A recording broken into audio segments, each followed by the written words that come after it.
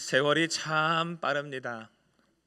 2025년을 시작한 지가 엊그제 같은데 벌써 365일이 거의 다 지나가고 1년의 시간에 거의 마지막이 되었습니다. 본래도 시간 빠르다는 것을 우리가 익히 알고 있었는데 이렇게 송년주일이 되면 더욱 그것을 깊이 느끼게 되고 흘러가는 시간에 대하여 생각하지 않을 수 없게 되는 것 같습니다.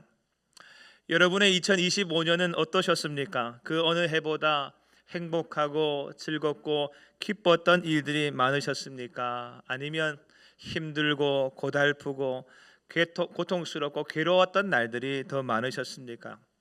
물론 우리는 생각만으로도 흐뭇하고 만족한 기억들만 가지고 있지도 않고 또 생각하고 싶지도 않은 슬프고 아픈 기억만 가지고 있지도 않을 것입니다. 인생이 다 그렇듯이 우리의 2025년도 그러한 것들이 혼재되어 있는 시간일 것입니다. 그럼에도 불구하고 감사한 것은 참으로 고마우신 하나님께서 저와 여러분의 아버지가 되어주시고 참으로 신실하신 예수님께서 우리의 구세주가 되어주셔서 또 참으로 따뜻하신 성령님께서 우리 안에 계심으로 동행해 주셔서 지난 1년이 너무나도 풍성한 은혜로 충만했다라는 사실입니다. 만약 하나님이 안 계셨다면 어땠겠습니까? 상상할 수도 없는 일입니다. 하나님의 은혜가 아니면 우리는 숨을 쉬며 이렇게 살 수도 없고 이렇게 모여 하나님을 예배할 수도 없을 뿐만 아니라 우리는 존재할 수도 없었던 인생인 것입니다. 사랑하는 여러분, 시간은 그렇습니다. 늘 똑같은 시간이 똑같이 흘러가는 것 같은데 시간은 다 다릅니다. 사람에게마다 다르고 또 어떤 상황이냐에 따라 다 다릅니다. 그러면 오늘 특별히 한 해의 마지막 송년주일을 드리는 오늘 이 시간은 우리에게 무엇을 가르쳐주고 있습니까? 하루에도 아침이 있으면 분명 저녁이 있습니다. 한 해에도 시작이 있으면 반드시 끝이 있습니다. 이런 시간의 흐름들을 통하여 시간을 창조하신 하나님은 우리에게 무엇을 가르치기를 원하시고 계시는가? 그것은 이것입니다. 우리 인생, 이미 시작된 우리 인생에게도 인생을 끝마칠 시간이 반드시 올 것이라고 하는 것입니다. 그것을 우리 주님은 가르치시기를 원하시는 것이죠. 따라서 지혜로운 사람은 반복적으로 찾아오는 마침의 시간들을 통하여서 내 인생도 끝이 있을 것임을 깨닫고 그 끝에 있을 결산을 미리 준비하는 것이 지혜로움입니다. 여러분, 오늘 저와 여러분은 송년주일을 맞이하여서 한번 인생의 매듭을 짓고 넘어갑니다. 준강결산을 해보아야 하는 것이며, 그래서 내 인생의 결산의 날에 나는 하나님 앞에서 어떤 결산을 할 것인가, 부족하고 모자란 부분이 발견되면 빨리 돌이키는 것을 선택해야 하는 것이 바로 오늘 이 시간에 우리가 해야 하는 일인 것이죠. 오늘 말씀은 예수님께서 들려주신 많은 비유들 가운데 우리가 잘 알고 있는 달란트 비유입니다. 이 말씀을 통하여 우리 주님은 우리에게 무엇을 가르쳐 주고 계시는가? 오늘 세 가지 정도 여러분과 함께 나누면서 은혜를 나누려고 합니다. 첫 번째는 하나님은 누구도 차별하는 분이 아니시다라는 것입니다. 14절 15절 말씀을 보시겠습니다. 또 어떤 사람이 타국에 갈 때에 그 종들을 불러 자기 소유를 맡긴과 같으니 각각 그 재능대로 한 사람에게는 금 5달란트를, 한 사람에게는 2달란트를, 한 사람에게는 1달란트를 주고 떠났더니 그랬습니다. 종을 열어둔 주인이 있었습니다. 이 주인이 어떤 일이 있어서 타국에 다녀오게 되었습니다. 그래서 주인은 종들을 불러 자신의 많은 소유, 그 재산들을 골고루 맡겨주고 떠나게 되었던 것이죠. 여러분, 여기서 이 주인이 왜 자신의 종들에게 소유를 맡기고 떠났을까? 우리는 궁금합니다. 하지만 정확한 이유는 알 수 없습니다. 왜냐하면 주인이 아니기 때문입니다. 그런데 이해는 할 수 있습니다. 뭐냐 하면 아마 주인은 아예 그 지역을 벗어나 타국으로 이민 간 것은 아니었던 것 같습니다. 잠깐 다녀올 심산으로 갔던 것 같습니다. 그러니 많은 재산을 다 정리하고 가지고 떠나질 아니하고 종들에게 맡기고 떠난 것이죠. 또 그렇게 주인이 자기 재산을 종들에게 맡겼다고 하는 것은 그 종들을 믿었다라고 하는 뜻입니다. 여러분, 주인의 것을 잠깐 맡아 관리하는 종들을 우리는 뭐라고 부르냐면 청직이라고 부릅니다. 주인이 없는 사이에, 주인이 계시지 않는 동안에 주인처럼 주인의 것들을 맡아서 관리하고 다스리는 종, 그것을 성경은 청직이라고 부르는 것입니다. 주인의 것을 도맡는 순간 그 종은 일반적인 종이 아니라 청지기가 되는 것입니다. 그리고 예수님은 이렇게 청지기로 부름받은 종들에게 주인이 자신의 소유를 얼만큼씩 맡겼다고 말씀하시는가 하면 한 종에게는 금 5달란트를 맡겼다고 말합니다. 와, 대단합니다. 두 번째, 다른 종에게는 금 2달란트를 맡겼다고 말씀하고 계십니다. 또 한 종에게는 금 1달란트를 맡겼다, 이렇게 예수님이 말씀하고 계시는 것이죠. 그런데 여러분, 여기서 우리가 주목해 보아야 할 것이 있습니다. 그게 뭐냐 하면 지금 오늘 말씀에 이렇게 주인의 소유인 재산을 분배받아 맡은 종들 중에 주인의 것을 받지 않은 종이 한 사람도 없다라고 하는 사실입니다. 물론 이 주인에게 몇 명의 종이 있었는지는 우리가 알 수 없습니다. 그러나 3명의 종에 대한 이야기가 나오는 것을 보게 되면 애초에 이 주인에겐 처음부터 3명의 종만 있었다고 보는 것이 옳은 해석일 것입니다. 그러므로 주인은 자기 전 재산을, 자기 모든 소유들을 그 3명의 종들에게 다 조금씩 다 맡긴 것입니다. 오늘 말씀의 이 달란트 비유의 이야기를 들은 사람들 가운데 이 말씀을 비판하는 사람들이 있습니다. 무엇을 가지고 비판하느냐 하면 이 주인은 선하지 못한 주인이다라는 것이죠. 뭐가 선하지 못하냐? 왜 주인이 3명의 종들에게 자기 소유를 균등하게 배치하지 않았느냐라는 것이죠. 이 주인은 분배 균등의 원칙을 어겼다라는 것입니다. 1달란트 받았던 사람을 옹호하는 입장이 그것입니다. 그가 그렇게 행동할 수밖에 없었던 것은 선행된 주인의 행동 때문이다. 먼저 행해진 주인의 차별 대우가 그 모든 것의 발단이었다. 일종의 반항 심리로 그가 그렇게 한 것이었다 말하는 것입니다. 그런데 여러분, 생각해 보십시다. 주인이 이렇게 분배를 균등하게 하지 않은 것이 과연 차등 지급한 것이 바로 차별의 문제를 일으키는 문제점이라고 할 수 있을까라는 것입니다. 사실 주인이 균등 배분을 하지 않은 것은 근본적으로 주인 마음입니다. 여러분, 이 금들이 달란트, 5달란트, 2달란트, 1달란트 총 합쳐서 도합 8달란트인데 그 8달란트가 누구 겁니까? 주인 거예요. 주인 재산입니다. 내 거 내 마음대로 하지 네 마음대로 하냐? 이렇게 생각하지. 주인 마음이에요. 종들도 본래는 주인 소유입니다. 종들도 주인의 것이었습니다. 종에게는 본래 소유권이 없습니다. 그러므로 주인이 주인의 것을 자기 마음대로 나눈다고 해서 거기에 불평을 표하면 안 되는 것이죠. 그런데 더 중요한 사실이 있는데 균등 배분하지 않은 것은 각 사람을 차별하고 있는 주인이 아니라 종들의 개개인의 능력과 차이를 인정한 지극히 선한 행동이었다라고 우리는 봐야 한다는 것이죠. 저에게는 3명의 딸이 있습니다. 큰 딸은 5학년, 막내 딸은 1학년인데 5학년 딸은 제가 한 5만 원 정도 돈을 지켜주면서 저 하나로마트 가가지고 귤 한 박스 사오고 식빵 한 봉지 사오고 우유 하나 사오고 네 먹고 싶은 과자 사오고 그렇게 와라 하면 할 수 있을까요? 없을까요?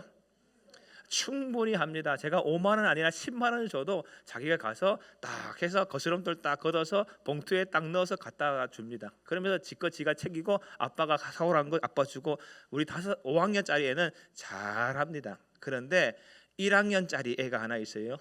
그 애가 누군지는 말은 안 하게. 근데 그 애가 제가 이렇게 한 10,000원 정도 주면서 너 가서 하나로마트 가가지고 이거 사오고 네 먹고 싶은 거 사오고 이렇게 해서 거기서 적립도 이렇게 하고 네가 이렇게 해서 봉지에다가 싸들고 오면 돼. 시키면 할 수 있을까요? 없을까요?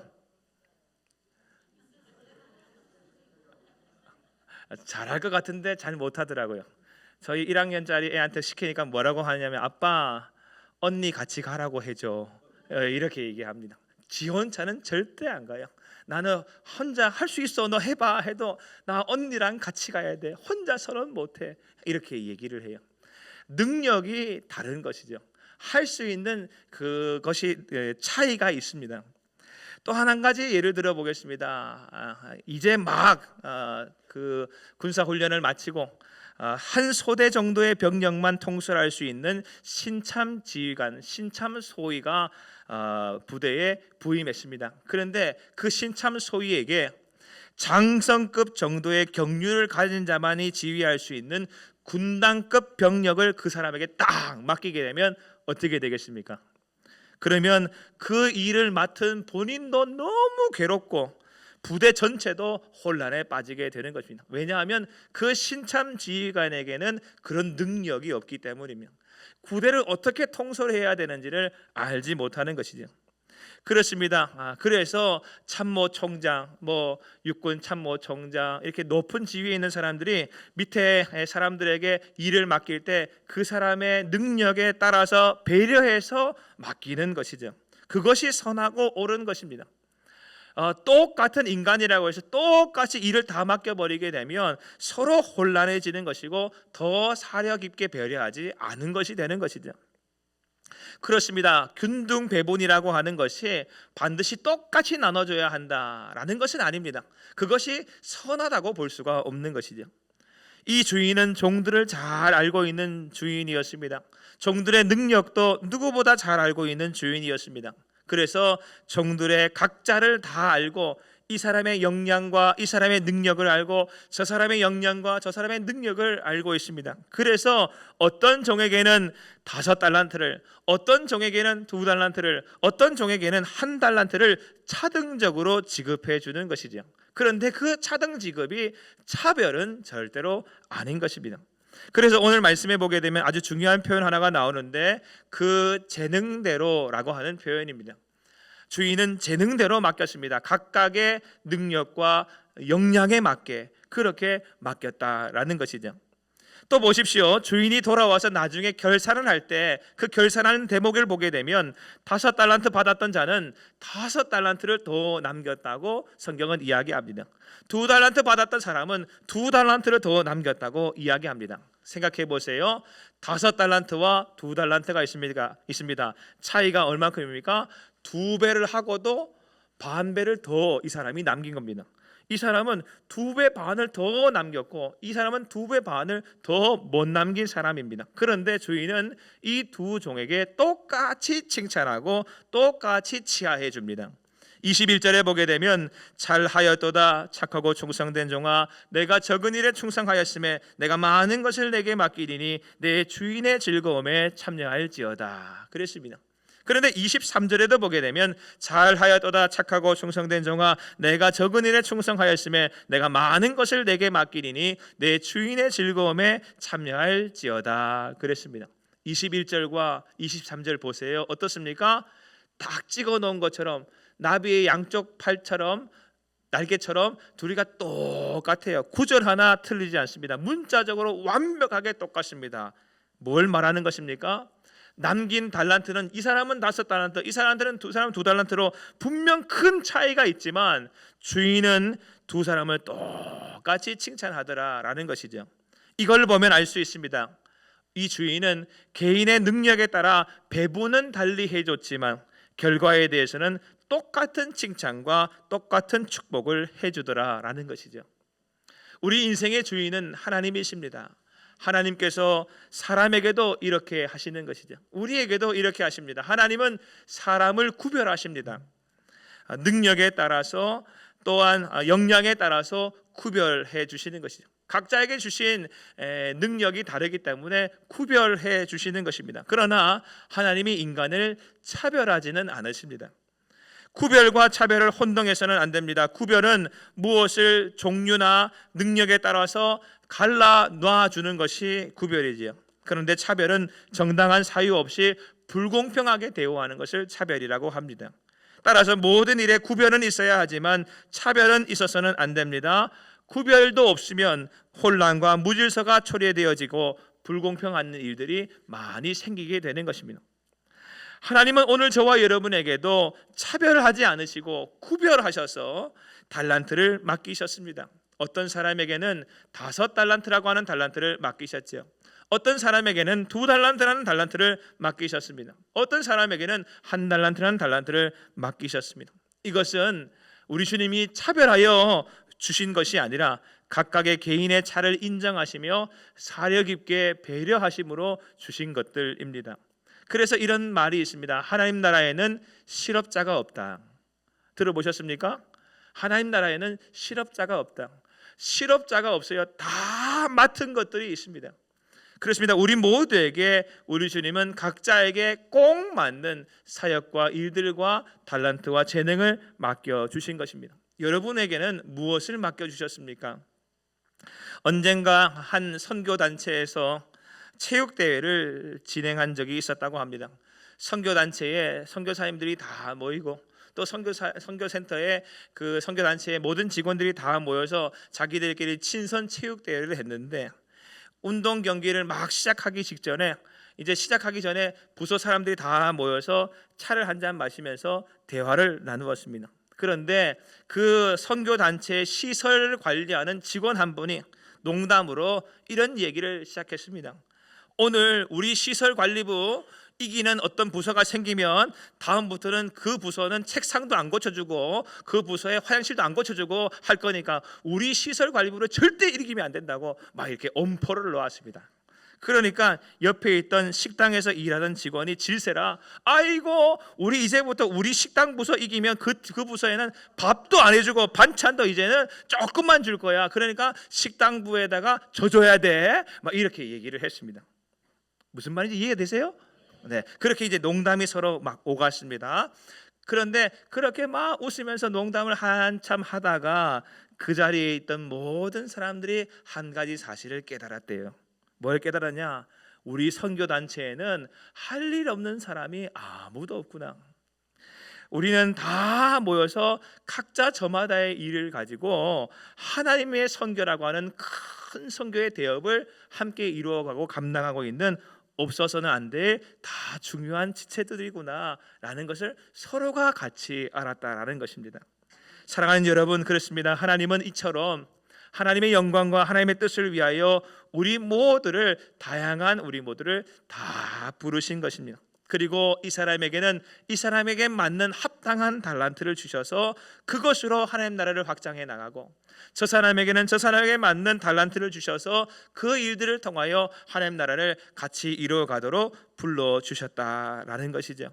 사랑하는 여러분, 우리는 우리에게 맡겨진 그 일들이 저 사람과 비교했을 때 작아 보인다고 해서 작은 부르심이라고 마음 속상해할 필요가 없습니다. 그 사람에게 주신 능력 다르고 재능 다르고 나에게 주신 능력과 재능이 다른 것입니다. 사랑하는 여러분, 비교하면 충성할 수가 없습니다. 비교하지 말고 내게 주신 능력에 따라서 내게 주신 달란트를 가지고 주님을 섬기는 우리 모두가 될 수 있게 되길 바랍니다. 이어서 오늘 말씀을 통하여 우리 주님은 또 하나 가르치고 계시는 것이 있습니다. 그것은 받은 달란트의 크기나 받은 달란트의 종류보다 훨씬 더 중요하게 보시는 것은 이 종이 그 달란트를 가지고 얼마나 충성했는가를 보시더라라는 것입니다. 16절 17절 말씀입니다. 5달란트 받은 자는 바로 가서 그것으로 장사하여 또 2달란트를 남기고 2달란트 받은 자도 그같이 하여 또 2달란트를 남겼으되 그러십니다. 여기 16절 말씀에 중요한 표현 하나가 나오는데 그게 뭐냐면 바로 가서라고 하는 말입니다. 바로 가서. 이 5달란트 받았던 자는 주인이 자기에게 소유물을 맡기고 떠나가자마자 지체하지 아니하고 속히 일어나 바로 가서 무엇했는가? 새로운 사업을 시작했습니다. 자기의 재능과 자기의 능력을 10분 발휘할 수 있는 것이 뭘까? 나는 장사를 잘한다. 그런 사람 있잖아요. 사람이 누가 오면은 인사도 잘하고 어서 오세요. 이 물건은 뭡니다. 이렇게 말 잘하는 사람이 있습니다. 저 같은 사람이 좀 그렇습니다. 저는 장사를 잘할 것 같아요. 목회를 안 했으면 장사를 했겠죠? 아닙니까 같습니까? 뭐 이렇게 비비는 것도 잘하고 이렇게 어서 오세요. 그런데 어떤 사람들은 그렇습니다. 손님이 와도 왔는갑다. 뭐 충청도 사투리로 이거 얼마예요? 뭐 사는 사람이 알지 뭐 파는 사람이 알겠어요? 뭐 이러면서 뭐 이렇게 하면서 그런 사람이 있다 하면 그 사람은 장사는 좀 이렇게 잘 못하는 사람이라고 할 수 있겠죠. 이 사람이 자기가 생각했을 때 나는 장사를 잘하는 사람인 것 같아요. 그래서 새로운 사업을 하기 위해서 주인에게서부터 받은 자본을 이용해서 신속하고 적극적인 자세로 가서 장사를 했다고 성경은 말합니다. 그런데 주신 달란트가 그거다 보니까, 재능이 그거다 보니까 장사를 하니까 수익이 많이 남겨지는 겁니다. 그래서 5달란트를 남긴 것이죠. 그런데 여기 17절에 보게 되면 2달란트 받았던 종도 있는데 이 사람도 잘한 것이 있습니다. 그 첫사람과 똑같이 이 사람도 하더라 그랬습니다. 그가 장사를 했는지는 잘 모르지만 그도 바로 가서 주인이 떠나자마자 지체 없이 바로 가서 자기에게 주어진 재능을 가지고 자기가 뭘 잘하는지를 알고 그걸로 충성했다고 말하고 있는 것이죠. 20절에서 23절에 보세요. 주인이 와서 결산을 합니다. 5달란트 받았던 사람, 2달란트 받았던 사람, 이 사람들을 다 칭찬하는데 칭찬의 내용이 뭡니까? 그 내용은 바로 충성스러움입니다. 잘하였도다 착하고 충성된 종아. 착함이 뭐예요? 충성스러움이 착함입니다. 착한 것은 충성스러웠다라는 것이 착하다. 그래서 내가 적은 일에 너에게 맡긴 것이 굉장히 적은 일이었는데 그거에 충성한 것이 너무너무 잘한 일이다. 그래서 내가 더 많은 것을 내게 맡기리니 내 주인의 즐거움에 참여할지어다. 그렇게 말씀하고 계십니다. 고린도전서 4장 1절에서 2절 말씀도 보게 되면 사도 바울이 우리에게도 이렇게 가르칩니다. 사람이 마땅히 우리를 그리스도의 일꾼이요 하나님의 비밀을 맡은 자로 여길지어다. 우리가 맡은 달란트, 우리가 주님으로부터 받은 달란트가 무엇입니까? 하나님의 비밀입니다. 하나님의 비밀을 맡은 자들인 것이죠. 그리고 맡은 자들인 우리에게 구할 것은 무엇이라고 하였습니까? 주인은 충성스러움밖에 보지 않는다라는 것입니다. 여러분, 우리가 얼마나 많이 남겼느냐, 5달란트 받았던 사람이 5달란트 정도는 남겼느냐, 이거 보는 것이 아니고 그가 얼마나 그 받은 달란트를 가지고 충성스럽게 주인을 위하여 일했느냐를 주인은 본다라는 것이죠. 사랑하는 여러분, 우리 주인이신 하나님은 우리 인생의 결산의 때에도 우리 각자 한 사람 한 사람에게 물으실 것입니다. 너에게 많은 것을 줬는데 그 많은 것 가지고 많이 남겼니? 조금 남겼니가 아니라 그것 가지고 충성스럽게 바로 가서 주의 일들을 했니? 안 했니를 물어보실 거라는 것이죠. 우리는 다 2025년이라고 하는 똑같은 시간을 달란트처럼 받았습니다. 그것도 다 우리가 받은 달란트들이죠. 우리는 한 해 주님께서 주신 시간의 달란트를 어떻게 사용하셨습니까? 충성되게 사용하셨습니까? 여러분, 시간이라고 하는 24시간은 빈부귀천, 지휘고와 남녀노소를 막론하고 모두가 다 받은 것입니다. 여러분도 받았고 저도 받았습니다. 내가 더 받았습니다 하는 사람 있습니까? 아무도 없습니다. 나에겐 좀 적게 주셨습니다. 불평할 사람 있습니까? 아무도 없습니다. 그런데 그 모두가 다 마지막 결산의 날에 물으실 것입니다. 어떻게 사용했는지, 그것 가지고 충성했는지. 미국의 정치가요 사상가였던 벤자민 프랭클린이라고 하는 사람이 있는데 이 사람이 정치를 하기 전에 한때에 서점에서 직원으로 일한 적이 있었다고 합니다. 어느 날 손님이 책 한 권 들고 와서 이거 얼마예요? 라고 묻더랍니다. 그래서 프랭클린이 그거 1달러입니다 이렇게 대답했습니다. 그런데 이 손님이 이 책값을 좀 깎으려고 흥정을 하면서 시간이 2, 3분 흘러버렸습니다. 그러자 프랭클린이 이제 말하는데 그 책값은 1달러 15센트입니다 이렇게 말하더라는 것이냐. 이 손님이 조금 더 싸게 사려고 흥정하고 있는 중이었는데 15센트를 더 내라고 하니까 기분이 상했습니다. 아까 전까지는 1달러라고 하더니 더 싸게 살려고 지금 말하고 있는데 왜 더 비싸게 부릅니까? 그러니까 프랭클린이 대답하기를 시간은 돈보다 더 귀한 것인데 당신은 정찰제로 적혀있는 이 책값을 더 적게 내려고 쓸데없이 나랑 흥정하면서 내 시간을 소비해버렸기 때문에 당신 때문에 흘러간 내 시간값 2분값, 3분값 15센트 더 내셔야 됩니다. 더 붙였습니다. 이렇게 말하더라는 것이죠. 여러분, 시간 누구에게나 주어졌다고 해서 귀한 줄 모르면 안 됩니다. 허투루 써버리면 안 됩니다. 우리는 시간도 충성스럽게 내게 주신 달란트라고 여기고 충성스럽게 사용해야 하는 것이죠. 연말이니 한 번 더 말씀을 드립니다. 여러분, 지난 2025년의 1년의 시간 중에서 아무 의미 없이 보냈던 짜투리 시간들 얼마나 많습니까? 저는 생각해 보니까 요즘엔 유튜브가 워낙 발달해 가지고 휴대폰 좀 열어서 쇼츠 보게 되면 왜 그렇게 시간이 자주 가는지 쓱쓱쓱쓱 지나다 가지고 얼마나 지났지 시간 딱 보면 2시간이 지났네. 그러지 않습니까? 그렇게 짜투리 시간 흘러보내는 시간들이 얼마나 의미 없이 지나가는 시간들이 많은지 모릅니다. 그런데 그 짜투리 시간들 차곡차곡 다 모아서 만약에 한 가지 취미 생활만 했다 해도, 아니 한 가지 건설적인 일만 했다고 해도 한 분야의 어떤 큰 열매를 우리가 거둘 수 있지 않았겠습니까? 그래서 에베소서 5장 15절 16절 말씀에 그런즉 너희가 어떻게 행할지를 자세히 주의하여 지혜 없는 자가 같이 하지 말고 오직 지혜 있는 자 같이 하여 세월을 아끼라. 때가 악하니라. 마귀는 세월을 허비하게 만드는 거예요. 여러분, 각자 우리 모든 인생에게 주신 하나님의 달란트가 다 다릅니다. 모양도 다르고 크기도 다르고 다 다릅니다.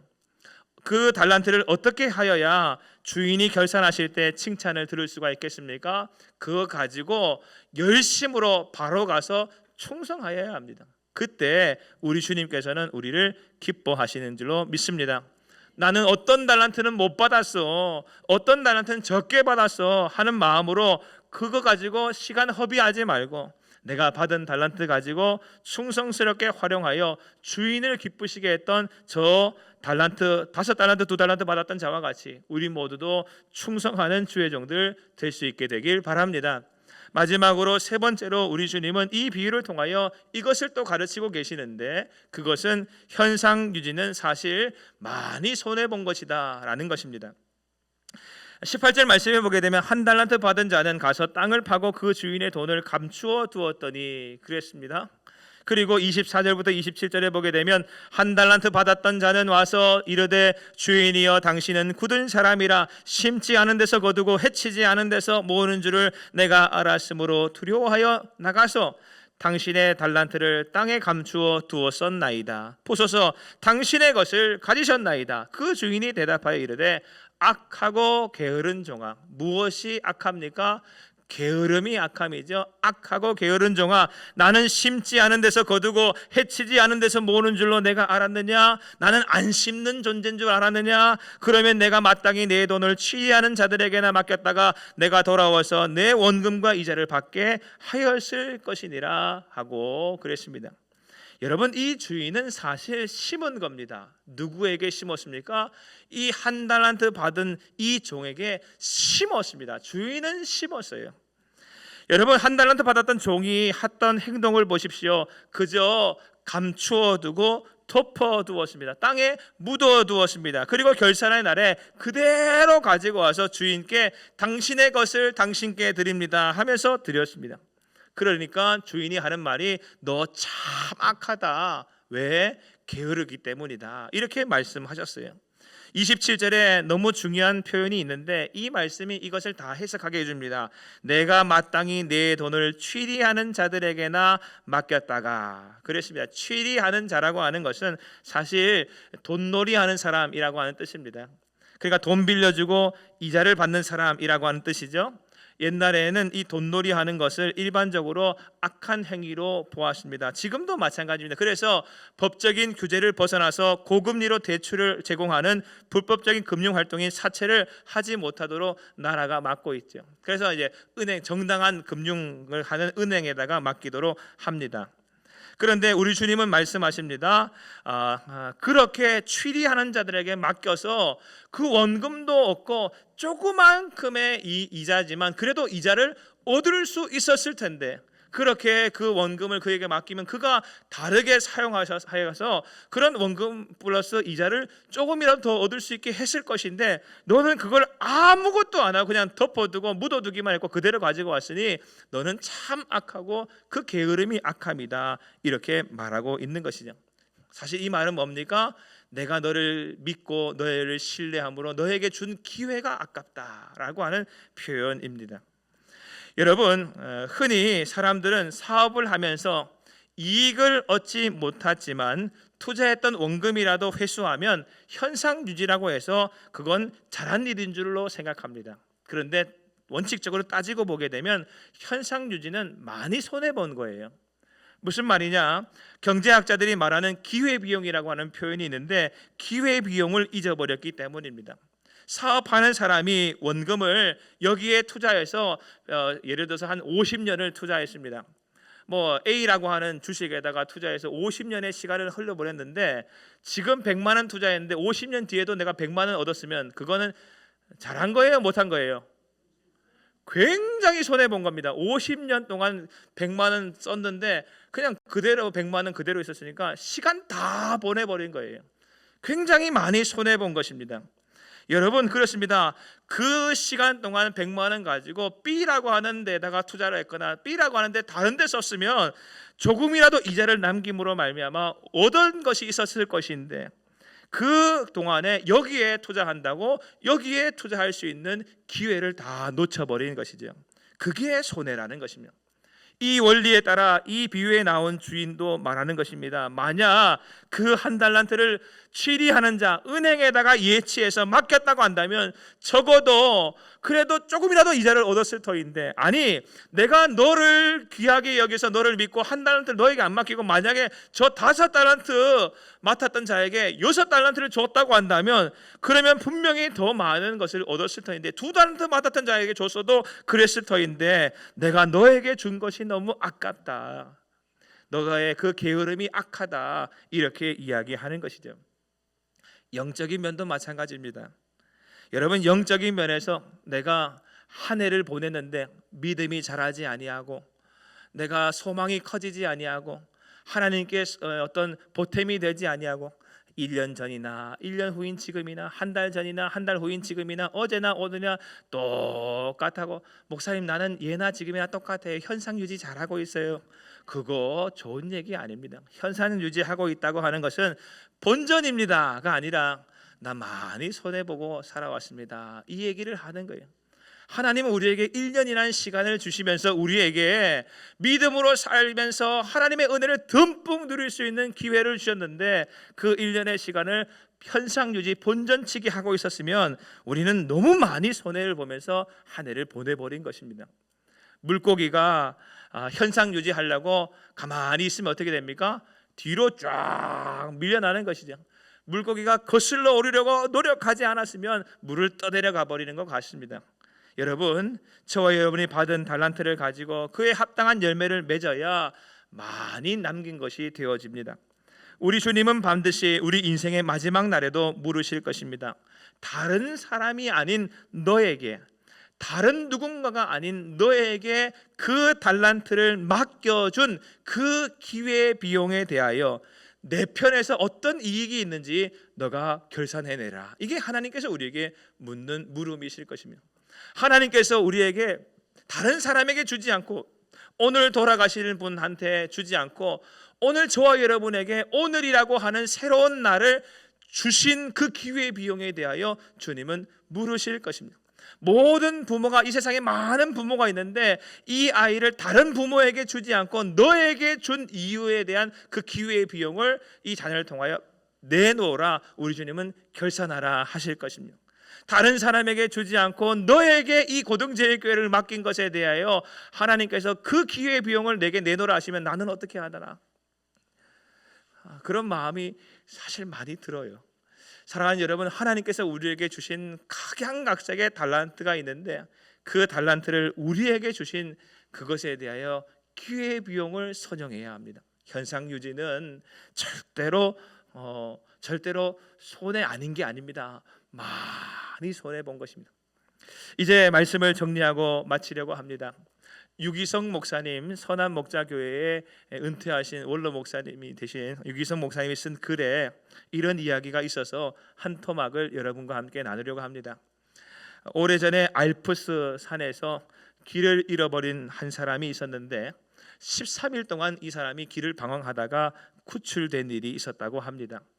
이 사람이 길을 잃고 13일 동안 헤매면서 자기가 어떻게 하면 거기를 빠져나올까 싶어서 매일 해가 뜨면 해가 질 때까지 12시간씩을 걸었대요.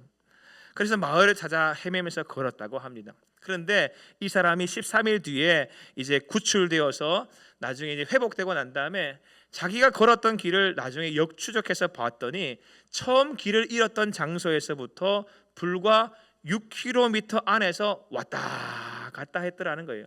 자기는 13일 동안 열심히 걸으면 여기서부터 저쪽을 향해서 계속 걷다 보면 뭔가 길인 해담이 나오겠지 싶어서 열심히 걸어갔는데 나중에 보니까 6km 안에서 뺑글뺑글 돌고 있었다는 것입니다.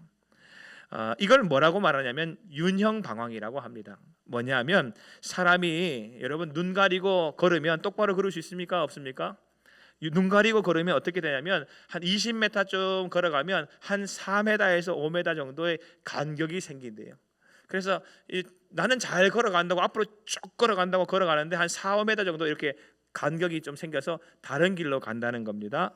그래서 한 100m 정도 가게 되면 그 다음부터는 뺑글뺑글 돈다는 거예요. 그래서 눈 감고 계속 걸으면 뺑글뺑글 돌아서 윤형 방황이라고 한답니다.